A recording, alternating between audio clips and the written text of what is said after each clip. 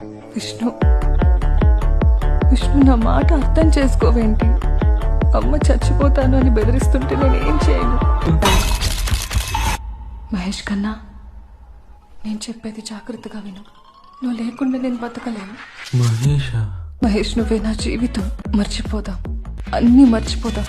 దానికి ముందు మన ఫొటోస్ అన్ని డిలీట్ చేయాలి. వాల్ పేపర్ కూడా అన్ని డిలీట్ చేస్తావు కదా. నువ్వు లేని ఓ జీవితాన్ని ఊహించుకుంటేనే భయం వేస్తుంది.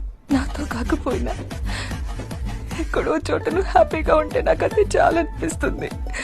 అసలేంటిది జోస్? చిన్నప్పటి నుంచి అదన్నిట్లోనూ టాపర్ కదా. ఈ పనులన్నీ చేయడానికి దానికి టైం ఎక్కడ దొరికిందో నాకు అర్థం కావట్లేదు. అది అది ఇలాంటిది అనుకోలా. మీ పెద్దమ్మాయి మీరా అంటే మా వాడికి చాలా ఇష్టం. అవును, మీరా లేదా?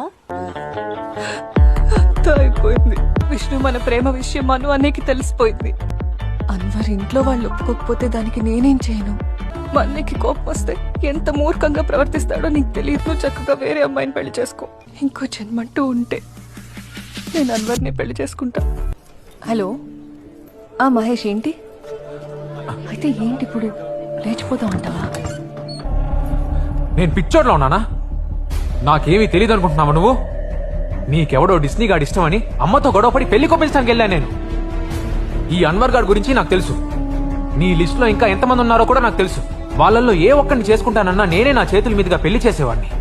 నీకు కావాల్సింది అది కాదుగా. ఇంకా ఈ రోజుకి కూడా నువ్వు ఫోన్ పట్టుకొని ఎవరితోనో సొల్లు మాట్లాడుతున్నావంటే అసలు నువ్వు ఎలాంటి మనిషివో నాకు అర్థం కావట్లా. ఇక నుంచి మీరాకే నా రోల్ మోడల్.